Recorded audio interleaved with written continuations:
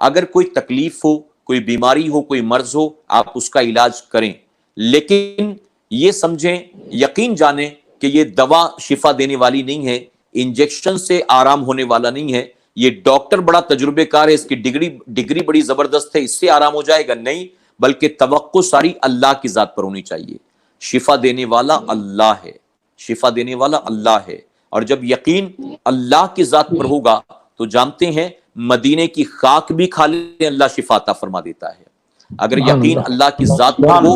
مائیں اپنے چھوٹے سے بچے کو لے کر کسی مسجد میں جاتی ہیں اور مغرب کے بعد نمازی نکلتے نکلتے اس پر دم کرتے ہیں، اللہ اس کو شفا عطا فرما دیتا ہے۔ کیوں؟ کیونکہ یقین ہے یہ نمازی نکل رہے ہیں، یہ دم کریں گے تو میرا بچہ اچھا ہو جائے گا، اور بچے اچھے ہو جاتے ہیں۔ ایک مرتبہ سیدنا موسیٰ علیہ السلام،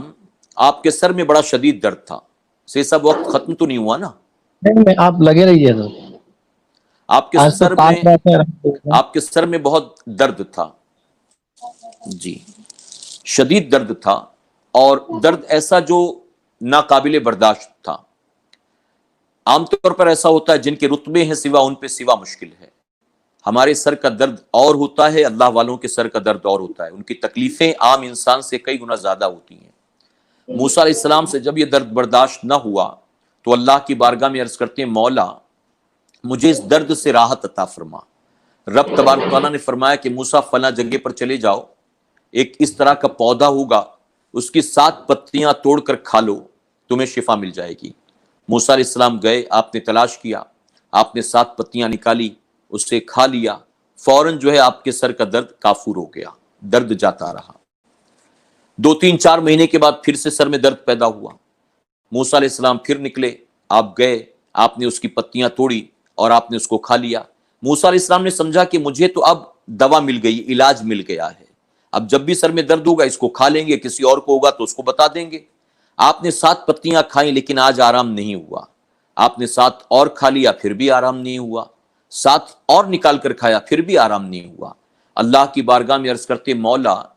پچھلی مرتبہ میں نے 7 کھایا تھا، شفا مل گئی تھی، اب تو اتنی کھا چکا لیکن پھر بھی آرام نہیں ملتا، وجہ کیا ہے؟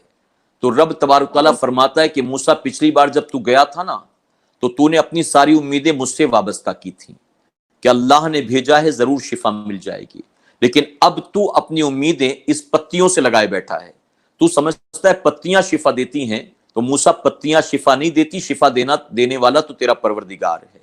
تو ہمیں بھی یقین جاننا چاہیے، ڈاکٹر کہتا ہے یہ کورس پورا کر لو آرام مل جائے گا، آپریشن کرا لو آرام مل جائے گا، 3 دن کے لیے بھرتی ہو جاؤ آرام مل جائے گا، یہ دوا کھا لو آرام مل جائے گا، یہ شروع کر دو آرام مل جائے گا۔ آپ یقیناً علاج کریں، لیکن توقع پاؤڈر پر، گولی پر، انجیکشن پر، اسپتال پر، ڈاکٹر پر نہیں، توقع ساری کی ساری اللہ کی ذات پر ہونی چاہیے۔ بیماری اللہ نے پیدا کیا ہے، ہر بیماری کا علاج بھی اللہ ہی نے پیدا فرمایا ہے، مرض دینا اللہ کی طرف سے ہے اور شفا پانا یہ بھی اللہ کی طرف سے ہے۔ اور میرے پیارے آقا کے پیارے دیوانوں، میں یہ بھی بتاتا چلوں آپ کو، یہ جو وبا پھیلی ہوئی ہے اس کووڈ-19 کی وجہ سے اگر کسی کا انتقال ہو جائے ایمان کی حالت میں، تو فرمایا گیا کہ ایسی وبا پھیلے اور اس کے زد میں آ کر کسی مومن کا انتقال ہو جائے، اللہ اس کو شہادت کا مرتبہ عطا فرماتا ہے۔